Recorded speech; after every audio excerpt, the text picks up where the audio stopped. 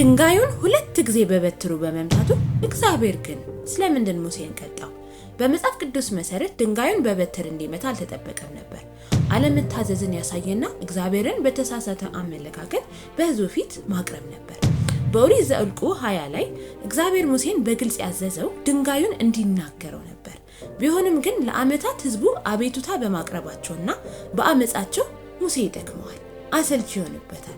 ስለዚህም ድንጋዩን 2 ጊዜ ከመታ በኋላ እናንተ አመፀኞች በእውኑ ከዚህ ድንጋይ ውሃን እናወጣላችኋለን? ኃይል ከሱ የመነጨ እንጂ ከእግዚአብሔር ያልሆነ ይመስል ይህንን ተናገረ። በሁሉም እስራኤላውያን ፊት አደረገው። በዛች ቅስፈትም እግዚአብሔር ተናገረ፣ ሙሴ ምድሪቱን ታያለህ እንጂ ከቶ አትገባ። ኃይለኛ መሪ የሆነ ሰው እግዚአብሔርን ቀጥተኛ አቋም እንዳለው አድርጎ ማቅረብ አልተቻለም። እግዚአብሔር ራሱን ቅዱስና ታጋሽ ሆኖ ቢያቀርብም ይሄ ትልቅ ትምህርት ነው።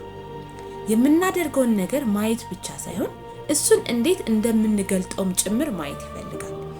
መጥፎ ነገር ባያስከትልም እንኳን ተበሳጭተን ነገሮችን ስናደርግ ለሌሎች የእግዚአብሔርን ምስል እናበላሽባቸዋለን።